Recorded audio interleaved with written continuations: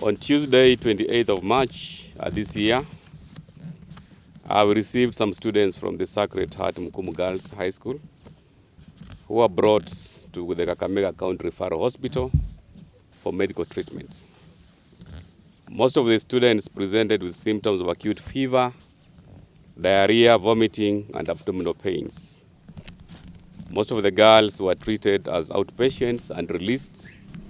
However, some developed severe disease and have had to be admitted in the hospital. A situation which initially appeared as an isolated event has unfortunately escalated into a major health crisis. We have lost 3 girls and a teacher to the disease outbreak. As at today, Friday, the 14th of April, a total of 350 cases from the Sacred Heart Mukumu Girls have been listed by the county surveillance team as having experienced similar symptoms across the county. Out of the 350 listed cases, 287 have been managed as outpatients and released, while 63 were managed as inpatient at different times in different facilities as listed below.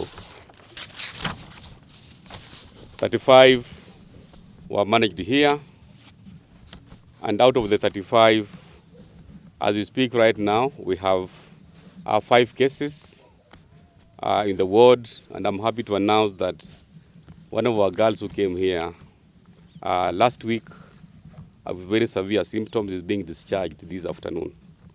So we have 4 cases have moved around and they are in a stable condition. 17 were admitted and released at St. Elizabeth Mukumu Hospital. 7 were admitted and discharged at Oasis and Mumias St. Mary's Hospital. 4 were admitted and 3 were discharged, and 1 is still in hospital, but in very stable condition. Now, out of the 5 cases here, there's 1 girl that we are lifted to KU Hospital.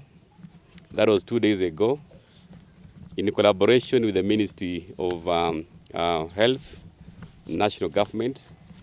And I'm happy again to report that the girl we are lifted to Nairobi, she's in a very stable condition and her situation has improved. We have also a report of 12 students who have been admitted in various hospitals in around 7 counties as follows.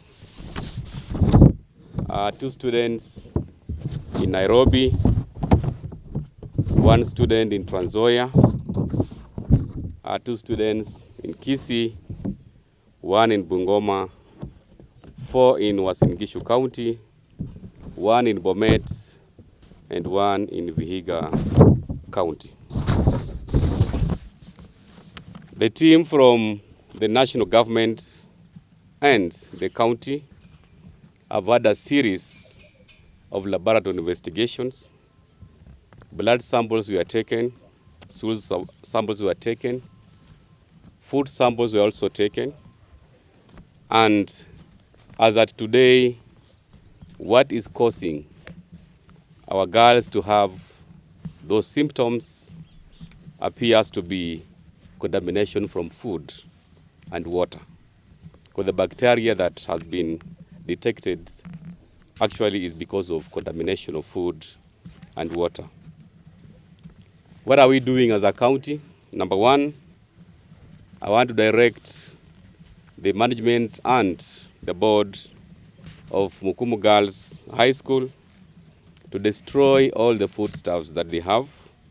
That is the maize, the rice, the beans, etc.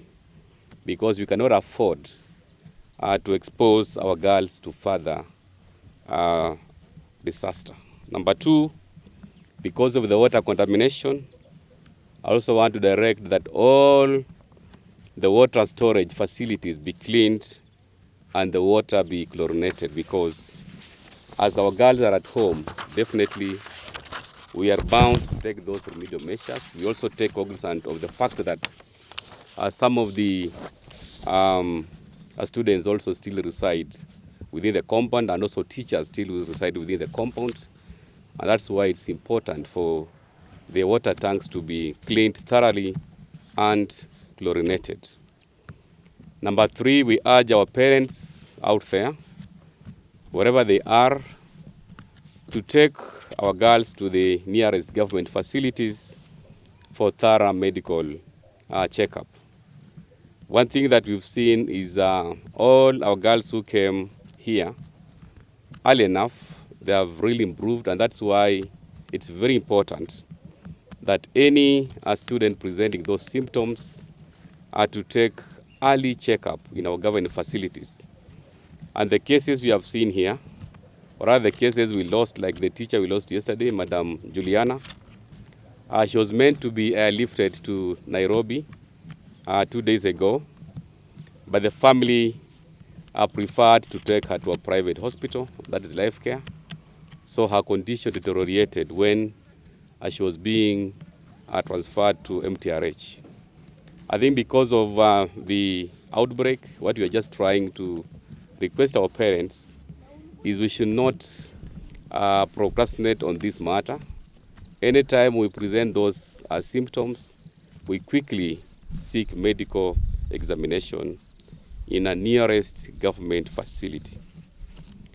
Number 4, the Department of Public Health has rolled out a county-wide inspection of all schools and learning institutions to ensure that they meet health requirements.